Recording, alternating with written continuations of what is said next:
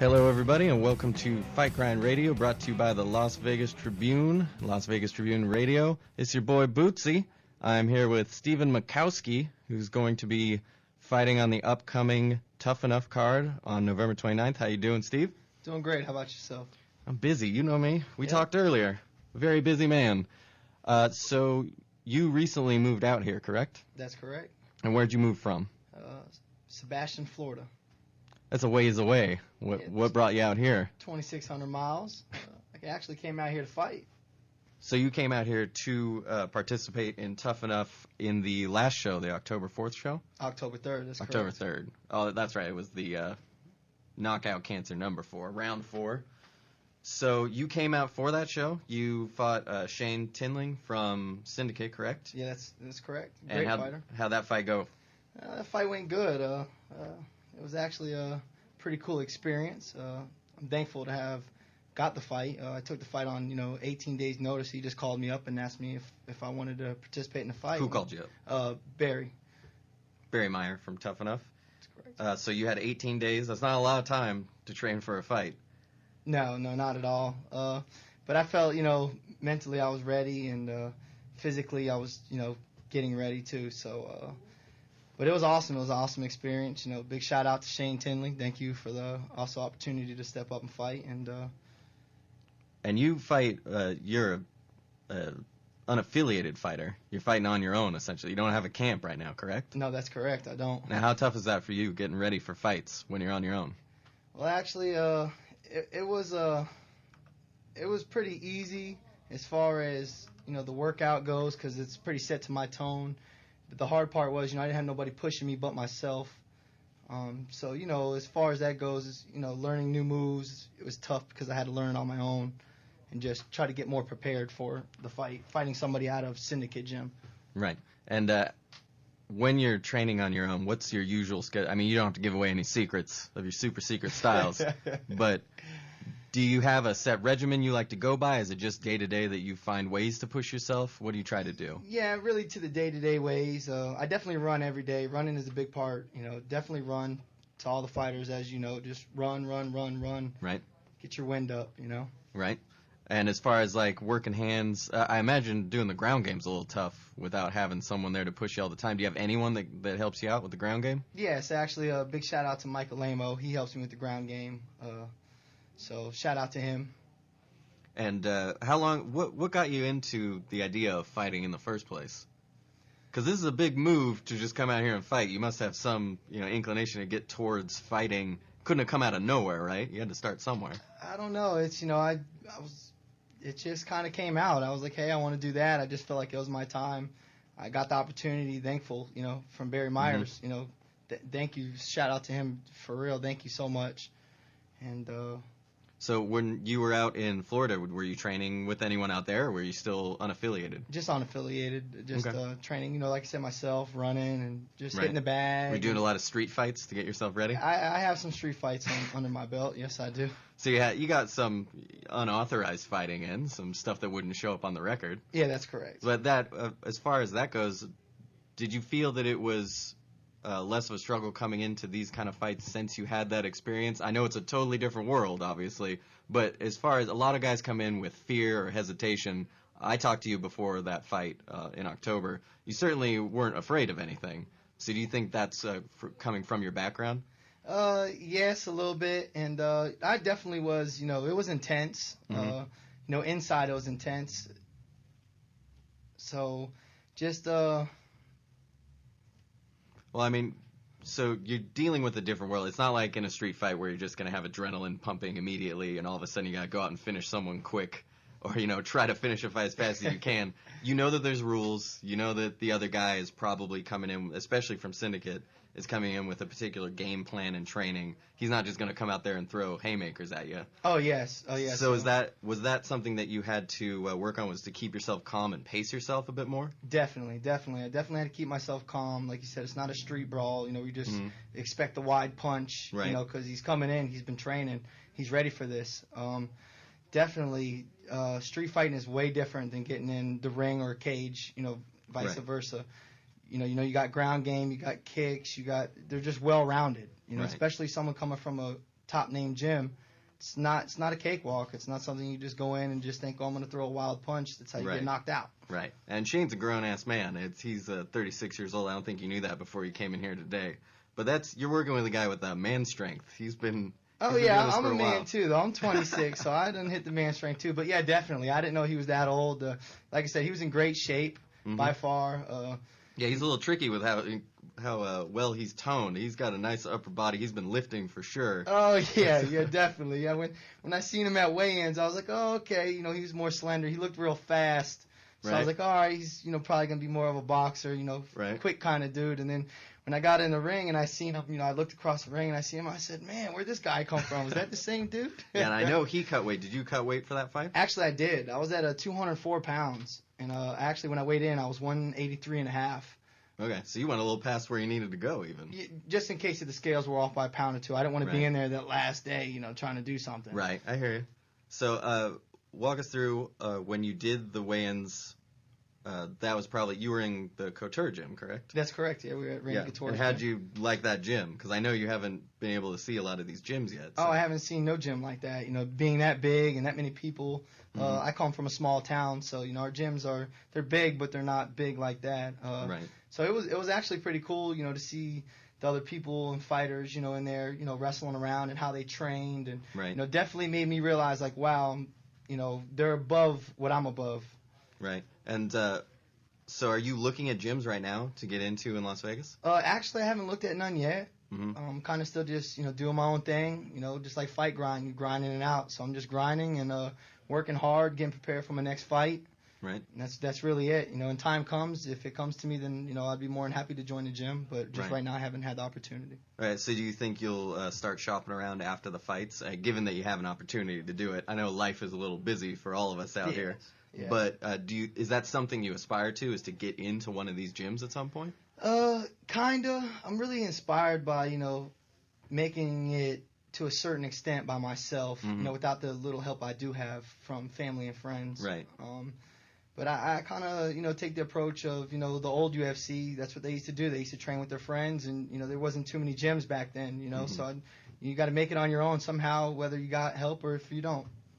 Right, okay. And you're fighting a guy from Cobra Kai, at least right now on the paper, that's what it says, is that you got a guy from Cobra Kai. It's going to be his first fight. You've had, how many fights have you had so far?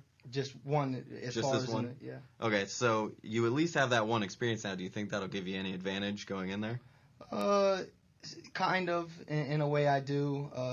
It's just, once you get the crowd and all the lights out of you, once you take that out, of the factor, it's kind of a little easier. I don't really have. He has a bigger, I would say, pedigree of sorts. Yeah, pedigree of some sorts, and he's gonna have a lot more stress on his shoulders, being that he's fighting out of Cobra Kai. He has to carry the gym name. Right. So it's more pressure upon him than it's gonna be upon me. Right. And is that something that you feel is a real advantage for you? Is that you're fighting for you? So you're not worried about that it's a gym, you got to make look good, anything like that? Is that one of the reasons that you're not too quick on getting into a gym right away? Oh, no, not at all. Okay. I'm just not, like I said, I just see how I go by myself. And, I got a great wrestling coach, Michael Lamo. He's awesome. He teaches me some moves. Last fight, I didn't really use my wrestling because, it kind of froze up a little bit. It's one thing to train for it every day when you're rolling around with your buddy, and then when you're actually in there with somebody hey, he wants to hurt me. Well, and that speaks back to that you've had this one fight now. Do you think you'll be able to get rid of those jitters right away? Yeah, I think so. I'm still going to be a little jittery. That's just how I fight. That's just how I feel comfortable. So I'll still be a little jittery, but definitely I think I'll react a little bit better because it's all about reaction. Learning to move, to react, like do this when this happens. So I think I'll be a little bit more prepared for that. And how was your experience with the Tuff-N-Uff at the show? It's for a lot of guys who are coming in, it's a pretty daunting show for it being amateur, right? Oh, it's awesome. I mean, the video and everything, how they set it up as far as Jerry Shapiro.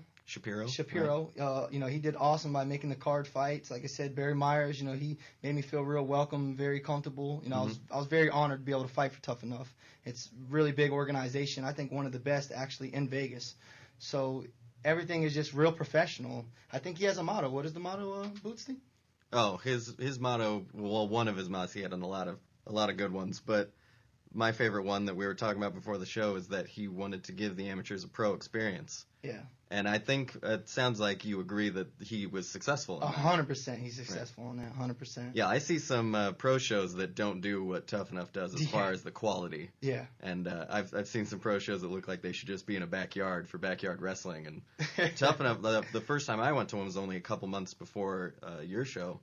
And I wasn't sure. I was like, are you sure this is amateur? This seems like a pro show. Yeah, definitely. But it turns out it was an amateur show. But, man, they put it all together there. Yes, they do. Yes, they do. And also a big shout-out to the referee of my fight. He did an excellent job of not stopping the fight, realizing that I wasn't hurt, because he was on top of me. Right. Dropping bombs on me, right. For sure. So I got to ask you, how was it having to deal with a ring when so often you train for dealing with cages? Well, or at least some sort of wall to push off of? Yeah, that's it's a big disadvantage because obviously if someone tries to, spear you or take you down, if you hit the ring, you're going to go through like I did actually in I think the second round. Twice you went through a little bit. Yeah, a little bit, yeah. And but if you got the cage, you at least hit it and you could put your weight down, drop your support and might be able to work from there. But without the cage, you're just going to fall down more than likely, Right. So what are your goals with working with Tuff-N-Uff? I know that you're doing this next one. Do you want to keep working with them? Oh yeah, for sure. I wouldn't want to work with anybody else as far as that goes. Like I said, they're awesome. They're on top of their game. Everything is broke down, so it's you're not left in the blank. Just everything is awesome about Tuff-N-Uff Corporation and business. And so obviously you'll want to work towards a belt at some point if you can string together some wins. I don't want to jinx you or anything. Oh yeah, definitely. Everybody would want that shot. Everybody that fights, hopes to one day be able to hold that up, or at least even to have the title, fight, something like that.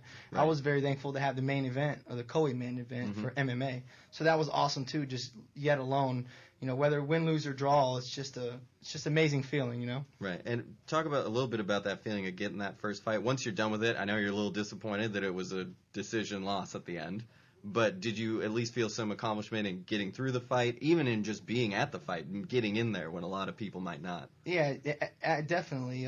Actually, I was still happy. Even though I lost, I still was very high-spirited. We went all 3 rounds. That was great to go all 3 rounds. It was definitely a good experience for the next fight I'm going to fight.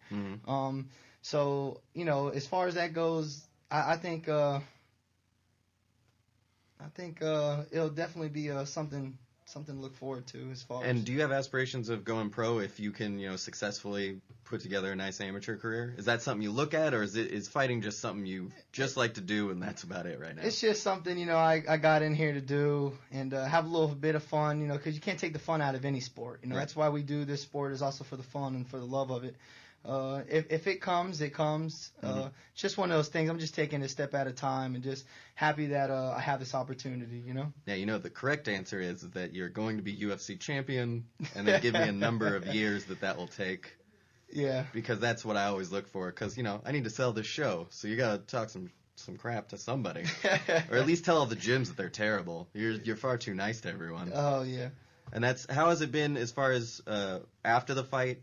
Were the other fighters receptive to you? Was it a good experience? Oh, yeah. After the fight, it was actually pretty cool. I actually wind up knocking on the door of Syndicate Gym when they were all in there. They were in there 10, 15 deep. So right. I wound up knocking on the door. They welcomed me in with open arms. And, it was cool. It was, like I said, very humble for the experience, Yeah. Was it surprising to you that they were so nice, or do you see that a lot with the fighters that you know? No, it was actually surprising. Yeah, it was definitely surprising.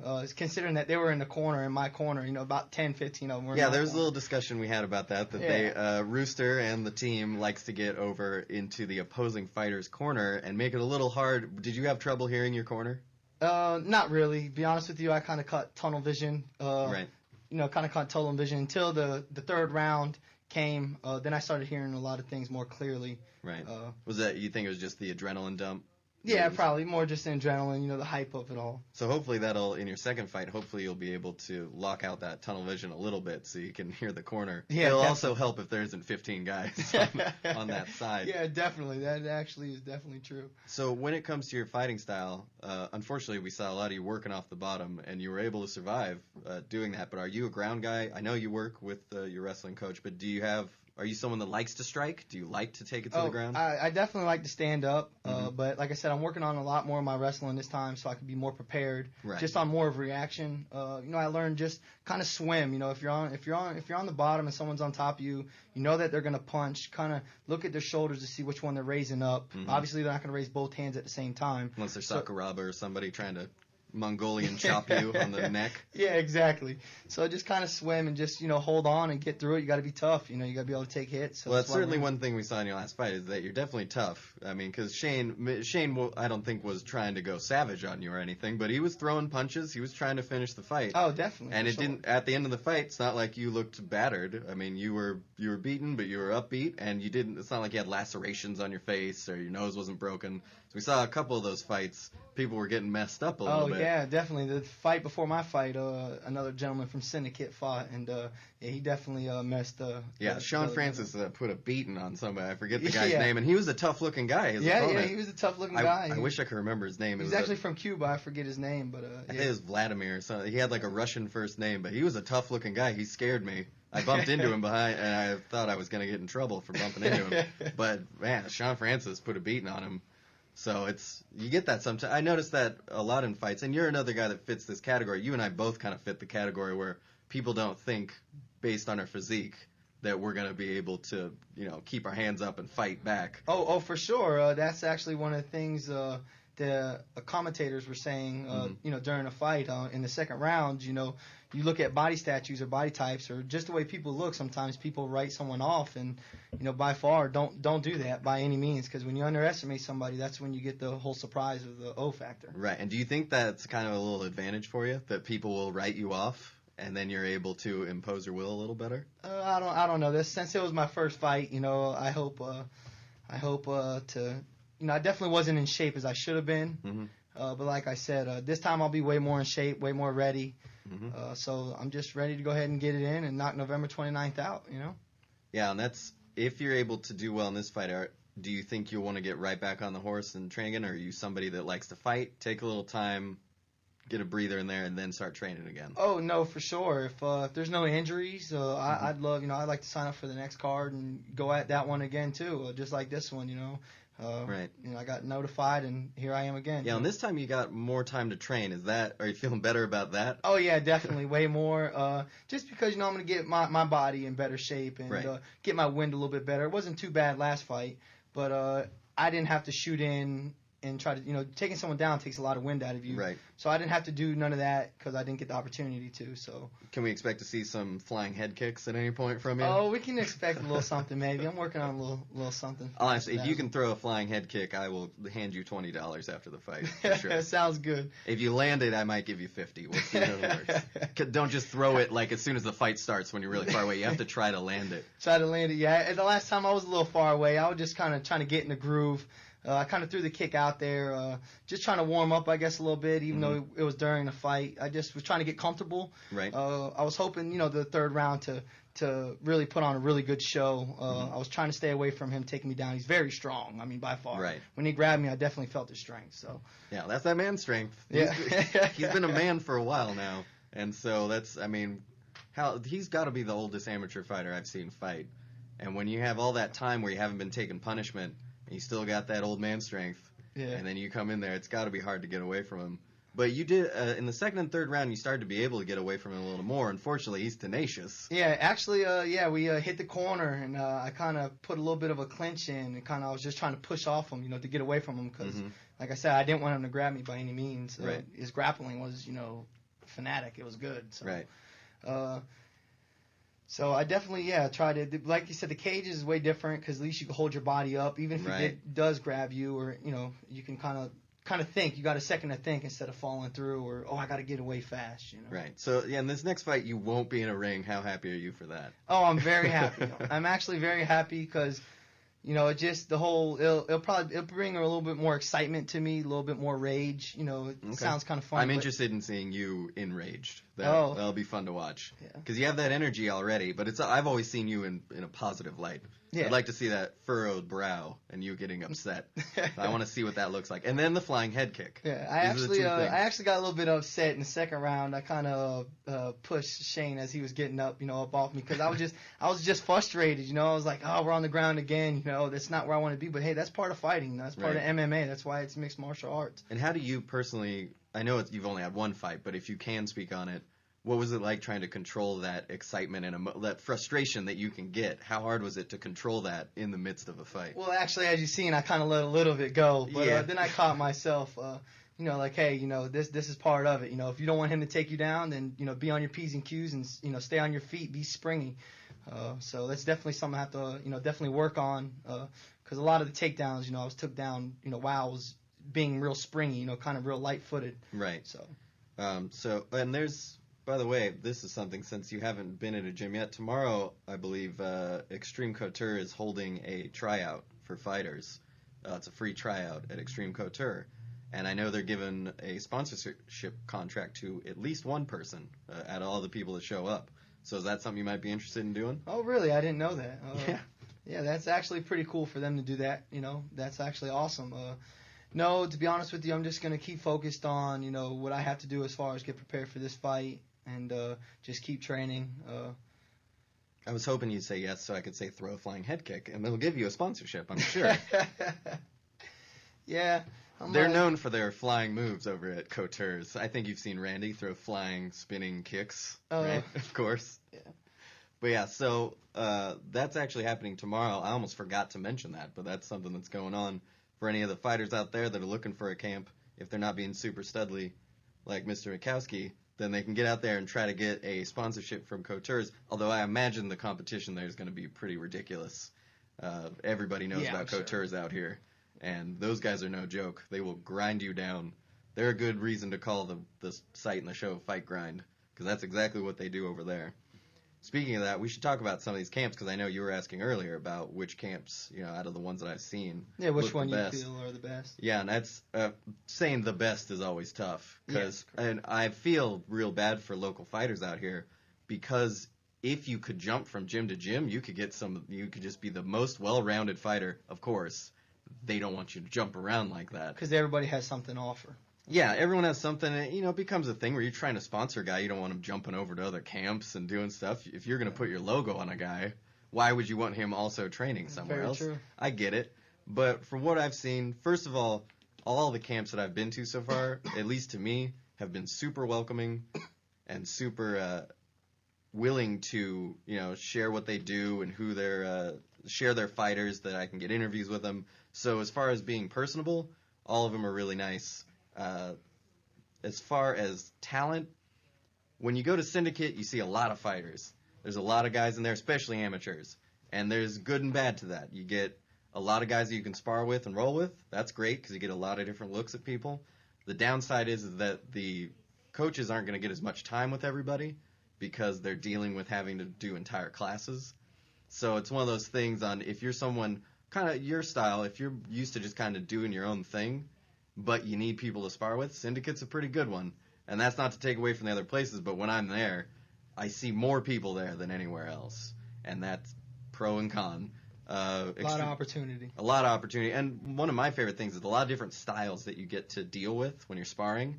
You get a guy who does Muay Thai, you'll get a guy who's a boxer, you'll get a guy who's just a wrestler who's working on his hands. So you get a lot of different looks. And there's, of course, jiu-jitsu guys like Fredson Paijao, who's a 4-time world champion in jiu-jitsu. You have Vinny Margulis, who was in the UFC and landed a flying armbar on Chris Weidman of the UFC in, I believe it was the Abu Dhabi tournaments. So you're dealing with some high-class people in jiu-jitsu over there, and that's where you get guys like Shane, who are, he's working with those guys a couple days a week, and then you have to try to deal with him and get a little tough. Yeah, for sure. That's where he gets that man strength from. That and protein shakes. Yeah, definitely on the protein shakes. And then you got Extreme Couture. Honestly, I love the vibe of Extreme Couture. You've been in there. It's kind of almost like a dungeon that you're in. Yeah, it was actually in the best ways. It's like a dungeon where you go in there and you know it's business. Yeah, you know it's business. Yep. You're not going in there to mess around and throw mitts, like it's a Sunday and you got nothing better to do. You're going in there and you're gonna get punched and you're gonna get taken down, but you're gonna learn something too. Plus, they have beautiful cages there to work with and beautiful mats and rings. Yeah, everything looked pretty top-notch in there, brand new. Well, it better be. Randy Couture's made enough money, right? Let's yeah, put some I hope stuff so. in there. I hope he still has enough money. I never know about these fighters on how much they're making. I know amateurs aren't making anything, but that's the nature of amateur fighting. But, I love the vibe there. And their coaches are great over at Couture because they're those kind of guys. They're stern and they push you, but they're not jerks. They're going to push you hard. If you're getting ready for a fight, they might push you a little hard, but that's for your own good because they know that you got to beat the crap out of the other guy or he's going to beat you up. So it's a good way to go. Where's the other place I've been? Vandy's Camp, Team Vandalay. That's a good place, real nice gym. Unfortunately, recently we've seen Mike Smith, who was their boxing coach, has left to start his own. Yeah, I heard something about that. Yeah, I don't have all the information on it, so I'm not going to go too far into it. But he has left, and he was planning on leaving.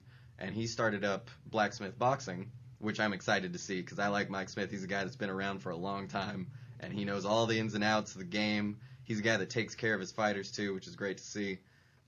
But Vandalay's Camp, one of the things I really liked when watching them is that they are always trying to learn something. Like, every guy's asking questions, trying to learn how the moves work specifically, how the move can work for them. When they're sparring, people are asking questions in between the matches. So that's always nice to see because you get some places where guys go in there and they're just going to do their thing. Yeah, and they think they know everything and doesn't really want to. Yeah, or they've decided they're going to work on something that day and they don't care if it helps you or not. So he's just throwing the left hook all day. And you're like, come on, you got to throw combinations at me. I'm blocking the left. Stop it. But, at Vandy's Camp, they're always working. Unfortunately, also, Dave Mazzani, who, I hope I'm not messing up your name. Dave, I'm sorry if I just messed up your last name, but I'm terrible with last names. But he was the guy that I thought would be taking over for Mike Smith, taking care of the amateur fighters. And he just announced yesterday that he was leaving too. So I hope Vandalay's Camp still has some fighters that are staying. I really don't want to see where the camps get split and then all the talent goes to other camps. Then you have too much concentration in one or two camps. Now there's a lot of guys that won't fight each other. I hope we stay away from that. I want Vegas to have lots and lots of gyms. Although I do hate driving everywhere, so if we could all move the gyms to like one block. Well, you do a lot of that. You do a lot of the driving. You definitely are on top of everything. I think I probably spend around $100 a week driving around everywhere. And I have a little Nissan Sentra. I'm not driving an awesome car. I'm driving a crappy Japanese car. And still, I spend close to between $50 and $100 a week. So everyone out there, if you could just move your gyms all to one spot, like right next to each other, or like maybe within a 4-block radius. That would be great. We should just open a strip just for gyms, huh?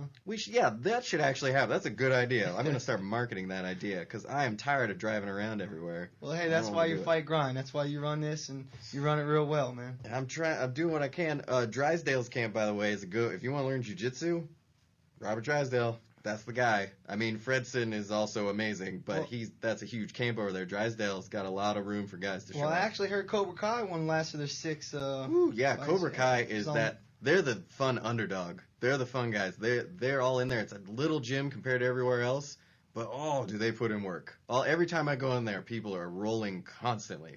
And when the head trainer, Sim Go, when he has something to say, everybody stops. At attention. Everyone's looking. Nobody's messing around. Nobody's doing anything dumb. And as soon as he's done and they hit that bell, boom, they're back into it. They're rolling hard.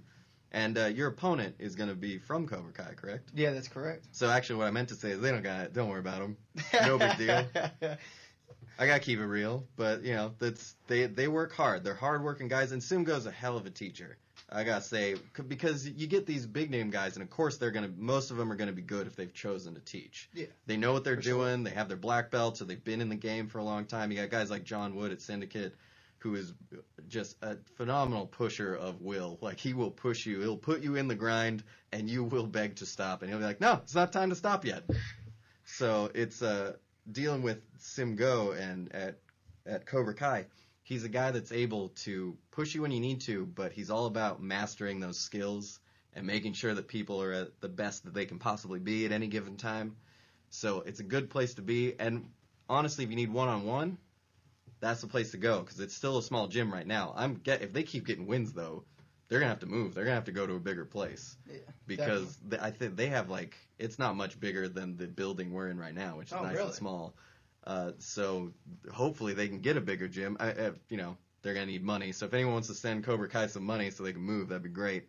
But right now, what's nice about it is you get that one-on-one, which I'm pretty sure it's hard to recreate it in a big class. Yeah, if everyone's trying to learn stuff and you can't figure out a certain move, but the coach is off with another trainer, Simgo has enough people that he's moving around, but he makes sure everybody knows every little piece of what they're doing. And that's why I think they're able to win right now so easily. Well, not easily. And they have the motivation, too, also right now, too, up in their upper hand. Yeah, well, it's when you're that underdog at all times. And one thing I did notice in the August fight was that they had some of the, I think it was close to 100 people that were all cheering on the Cobra Kai team.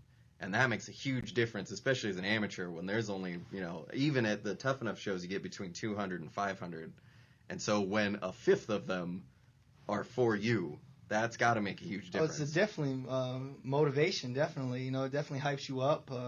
And so instead of going out and getting boos, you're getting haze. Right. Well, and since you're not from here, you got an uphill battle trying to do all that. Oh, actually, I did. When I walked in, I got a lot of boos. So yeah. Being from Florida, but it was okay. It didn't break my spirit. You tried to pump up the crowd a little bit. If you keep doing that, people will they like to troll you, and then as soon as you show a little, pizzazz, all of a sudden they're on board. Yeah, I did in the second round. After the second round was over, I did hype the crowd up, try to get the crowd to hype up. It's just a show. It's all for fun, like I said, and it's a sport. Well, especially your show was for charity for cancer Candlelight Cancer for Kids. So, it was just awesome to be able to participate in that. And right. So you got to hype it up, and you did a good job of that. I thought because you turned people. They were all ready to boo you, and then you were pumping them up, and they're like, all right, okay, I like this guy. They can't help it. Plus, since you don't have that, I always think it helps if you don't have the muscle man physique, and then you're still tough and you're still fun to watch. People like it because they can relate to it a little better than guys who are super stacked that work out all the time. Oh, definitely. Yeah, don't let nobody discourage you because they're bigger than you or because they look way more ripped than you. If you want to go in there and get it, then your mindset, you're going to go in there and get it. Right. Yeah, and I'm trying to think of the other gyms I can talk up because I enjoy all the gyms I go to so far. Like I told you before the show, I haven't had a bad experience at any of these gyms. Fight Capital I haven't been to yet, which I have to get there as soon as I can because they have a lot of fighters coming out of there. It's a good gym to be at. Tuff-N-Uff gets a lot of people like you that come from out of town, though. So I'm at a disadvantage as the guy trying to cover all these people. Luckily, now you're here. We were talking about that I didn't have you on the Facebook page or anything. Yes. And it's because I look for people in Vegas, and you're still set as Florida. What the hell? Still set as Florida. Hey, I got to represent the hometown. Any River County, Florida. There's a little section that says hometown, and you put that, but then current town is where you put Las Vegas so that Bootsy can find you. Yeah, all right, I'll make sure I do that. To all you fighters out there that are in this town, put down Las Vegas. Otherwise, I have no idea that you're here, and I can't do an interview with you. It's very true. Make sure you come out to the interview. Take the time and come out here. This is awesome. It's good exposure. It's also great for, FightGrind to get on top. And, he's trying to put Tuff-N-Uff on top of its game as it's already on its game.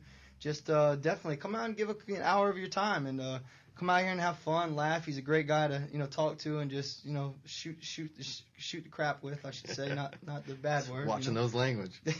Trying to be a nice guy. But yeah, and you can come out here and not be a nice guy and talk bad about your opponent if you want. Anyone out there that's listening, I'm totally fine with that. It's good. It'll sell the shows a little better. See, you're too nice. You're not. You don't have anything to say. I just, I don't have, I'm ready for the fight day. That's when the bad's gonna come out. Like I said, I'll be way more relaxed this time. I'm still gonna be springy, but definitely he's gonna be a lot more anger and aggression coming out this time. I'm excited to see it personally. And you're fighting at 185, correct? That is correct. Yes. And you got to go towards that title, correct? That's correct. You got to get in there. Do you think that you'll change weights at any point? Like try for a 170 maybe? You know what? No, I'm actually comfortable where I'm at. Right. 170, that's another drop. I usually walk around at 200. So right. When I drop down to 185, I just feel comfortable at that. 170. You're light. You're still heavy, but you're light. Yeah.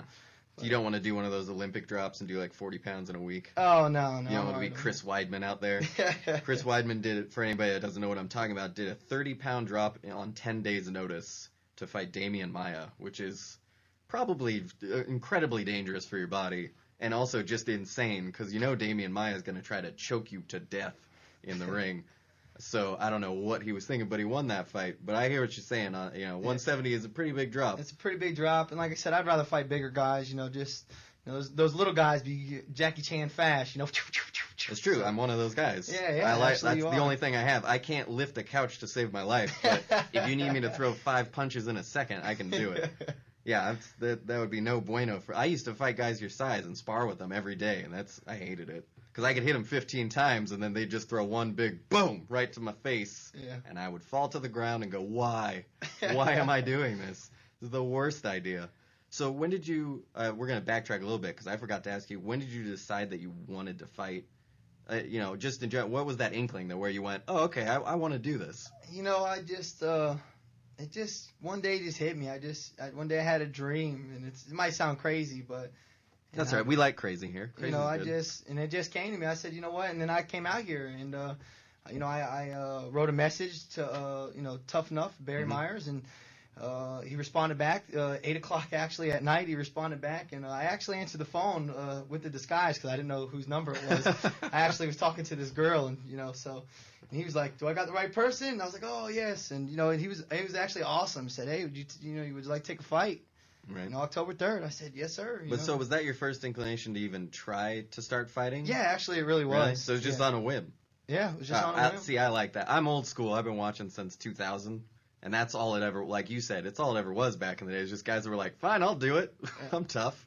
So, and it's an uphill battle what you're trying to do, but you gotta love it. I don't know, do you know who Igor Vovchanchin was? Oh, no, I don't. Oh, back in the day, Igor Vovchanchin, for anybody that doesn't know, 5'8", 220 pounds, just a brick of a human being. And I think he won 35 fights in a row doing no gloves, one night, like 4 fights in a night. I know old Tank Abbott was the man back then, too. Igor would have murdered Tank Abbott. There would have been no hope. Igor was a savage. We'll have to set that one up, maybe. Well, nowadays, yeah, that would be the saddest fight ever. But Igor Vovchanchin is that kind of thing you're talking about. He wanted to fight big dude. He's only 5'8", and he wanted to fight the biggest guys he could find. He wanted to fight him. He didn't even want gloves. Like, that's how old school he was. The gloves got in the way. Didn't want anything to do with that. And he just wanted to lay people out because that's what he liked to do. There's a good story of Igor, and I'm pretty sure it's folklore, but I love the story anyways. He's from the Ukraine, and he was from a small town in the Ukraine, and the story of him was that when he'd get upset, people in the town would be alerted by a bell that was rung in the center of their small town for everyone to go inside because Igor was pissed off. Like the bull running around the city. Yeah, back then they didn't have they didn't have cops, social services, all that kind of stuff for a kid. Like, oh, he's a troubled youth. There was none of that. So it was just Igor's mad. Get inside the house. He's like a human tornado running around. He's like the Tasmanian devil. But when you talk about that, you want to fight, the bigger guys, and that while you understand how gyms benefit people, you kind of want to do it yourself.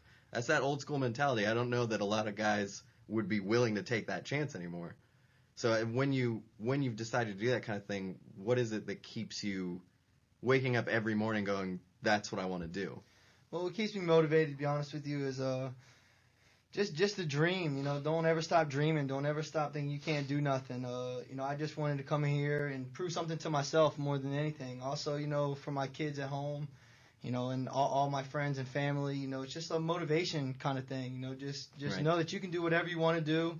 It doesn't matter the size or even also off a fight topic, just anything in life in general. Mm-hmm. Don't let something feel like it's too much to overcome, just go ahead and go get it.